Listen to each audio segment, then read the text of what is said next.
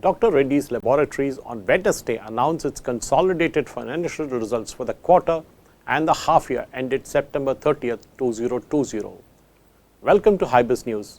My name is Suresh Kocharan.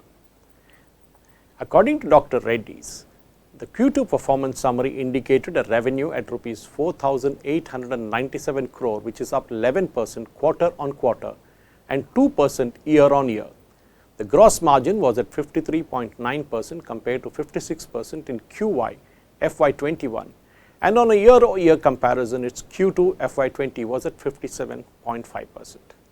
Selling, general and administrative expenses was at 1,311 crore, which is 3% Q on Q, down 1% year on year.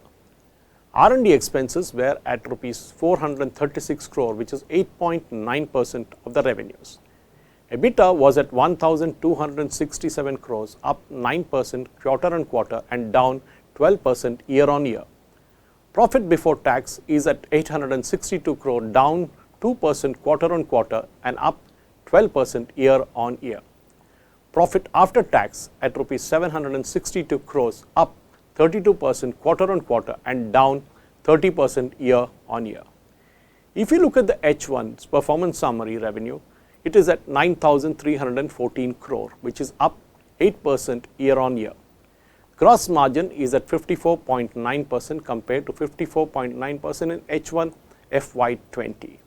Selling, general and administrative expenses is at 2,589 crore, up at 2% year on year expenses. R&D expenses is at 834 crore, which is 9% of the revenues. EBITDA is at 2,430 crores, down 5% year on year. Profit before tax is at Rs 1,741 crore, which is up 8% year on year. Profit after tax is at 1,342 crores. Let's look at the revenue analysis.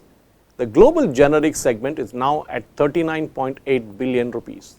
The year-on-year growth of 21% and sequential quarter growth of 14% were driven primarily on account of new product launches, volume transaction in base business, and integration of the acquired business from Wockhardt in India. Revenues from North America is at 18.3 billion rupees. Year-on-year growth of 28% was driven by contribution from new products that were launched, increase in volumes of its base products, and aided by a favorable forex rate, which was partially offset by price erosion. Sequential growth of 6% on account of volume traction and the base business and new product launches offset adverse forex movement and price erosion.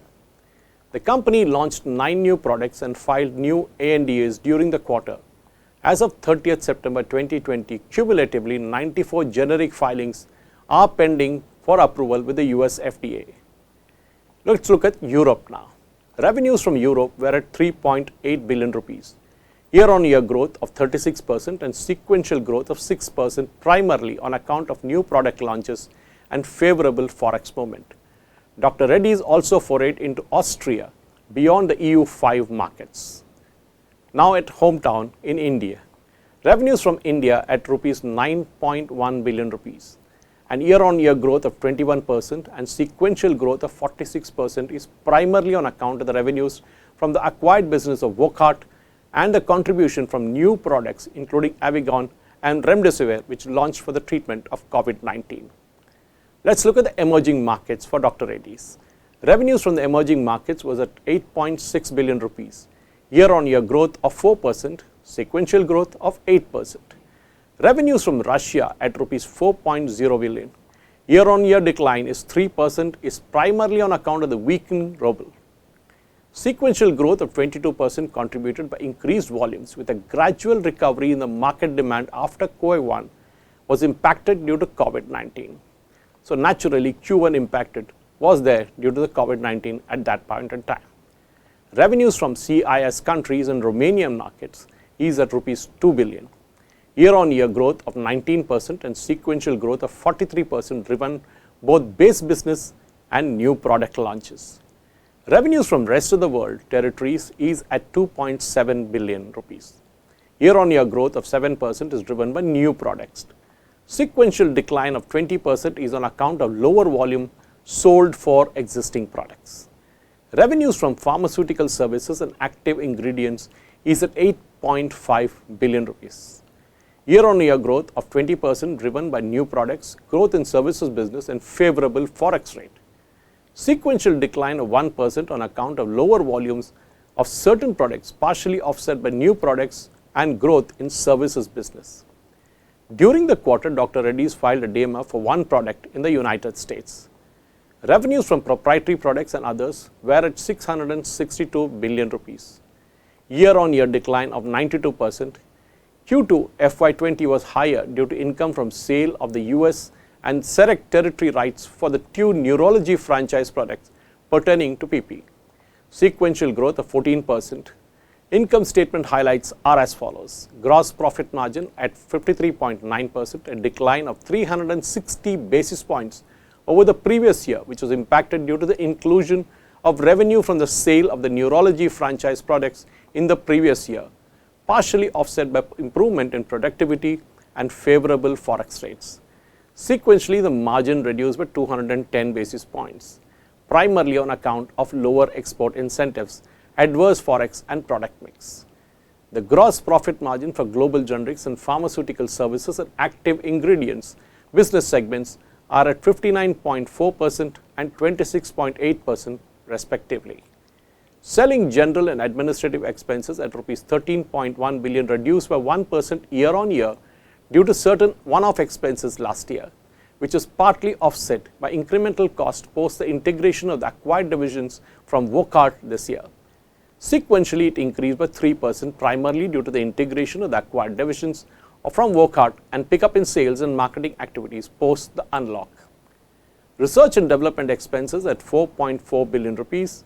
As percentage to revenues, these are Q2 F121 at 8.9, Q1 FY21 at 9, Q2 FY20 at 7.6%. The focus as per the company continues on building a healthy pipeline of new products across its markets, including the development of products pertaining to COVID-19 treatment. Other operating income at rupees 149 million compared to 135 million in Q2 FY20. Net finance income is at rupees 237 million rupees compared to rupees 231 million in Q2 of FY20.